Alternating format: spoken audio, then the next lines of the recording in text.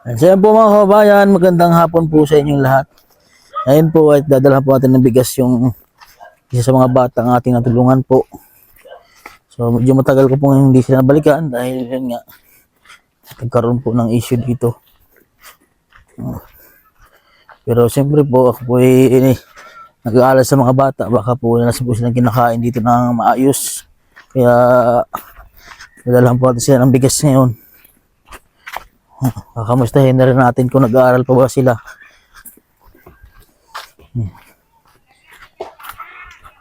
Nandiyan po ata sila. Ang dami na nakatira dito. Hello! Ah, si Ate Grace. Oh. Ate Grace, kamusta na? Ha? Asan ang bahay dito? Ha? Ah, yan yung bahay. Ay, hindi pa kala kayo dito dati. Oh, ito pagin dati. Oo nga.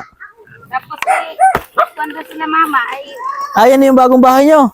bahay namin nila mama. Ay, saan sila mama mo? Ha? Nagagapag. Oo, sama-sama na kayo dyan. Pati si papa mo. Oo, wala mang gagawa ng bahay. Ay, kamusta ikaw? Dave! Dave! Halika Dave, namiss kita dito eh. Oh, Wala si Pon.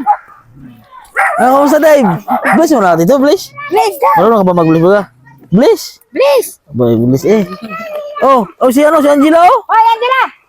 Sinatawag ka ni. Kamusta? Ring. Ay, bakit? Mga nag-short yung itsura mo ay. Asan yung mga bata? Yung dalawa nanguha ng gulayin. Saan? Kung alam rin kung saan pumunta eh. Ito nga, pusakan ko na rin ng Si nga yan. Ilagay mo na sa loob ng bahay. Yan. Patay na. Dito kayo nakatira. No, doon. Nagsisibak na ako Ha? kaya walang kahoy. Ang cute ng bahay niyong bago ah.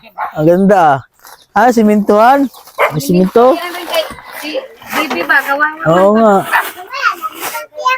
Oh. Kamusta na Dave? Oh, kumusta na daw? Ha? Ay, ito na yung anak mo? Oo. Ay, laki na. Isang taon na siya, Ate Grace? Mag-isang taon ngayon may pa.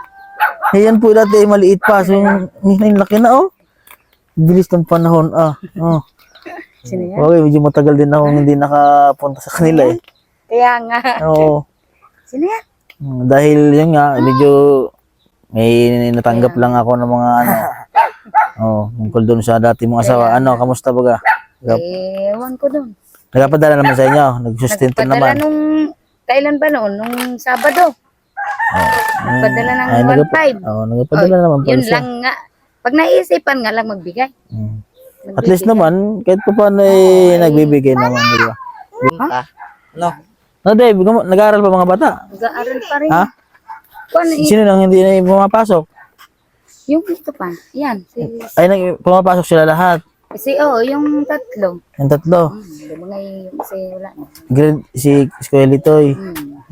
Yung, di ba, ngayong dalawa ay grade 2 na. Ito Ay, di ay ang grade 1. Ay, di magiging grade 3 na sila sa Oo, sunod. ngayong pasukan na ulit. Mm. Hindi ko nga alam kung may medal ba yung isa ko kay wala pa mang sabi si Oo. Ay, si Nico. Nico. Nangungo pa rin pala sila ng gulayin. Oo, nawala nga. Sabi niya, mama, mga kaming gulayin ha. Ko, sige. Andito sila kanina. Oo, kanina nandito. Ay, ngayon wala pa. Sabi ko, ang tagal ng mga bata na yun. Wala pa. Ang dami na kayo dito, ano? Yung bagay, bago yan. Bagong lipat yan. Saan galing yan?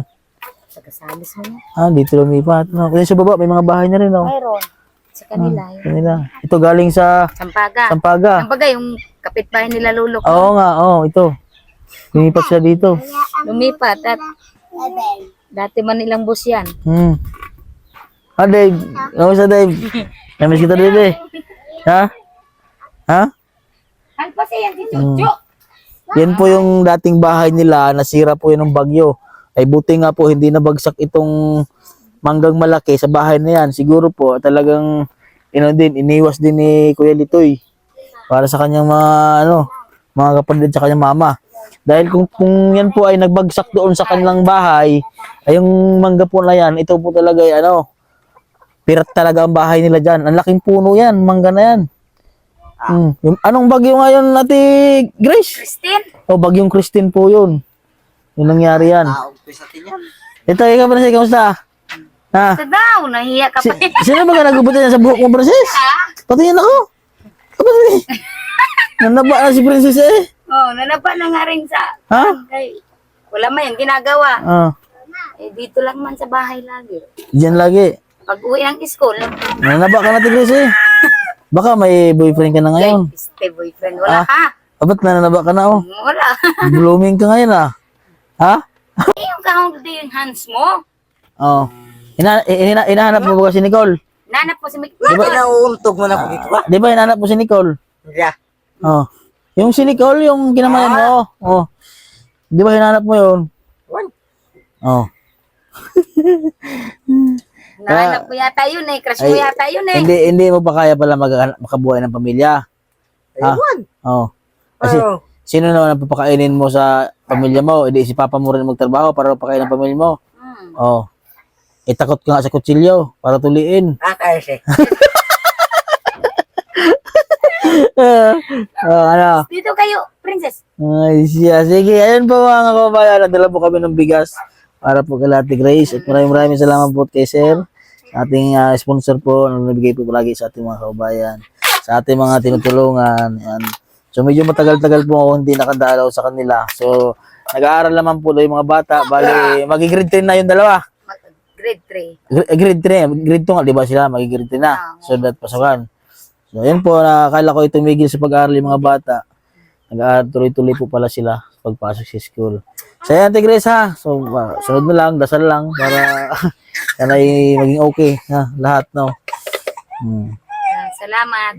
Ano masabi mo ka kay Sir? Maraming salamat po, sir. Naba ka na. Tamba mo, Ate Grace, ay. Wala ka na atang problema, eh. Wala ka stress, eh. Ay, wala na. Kaya wala na sakit sa ulo. Ha?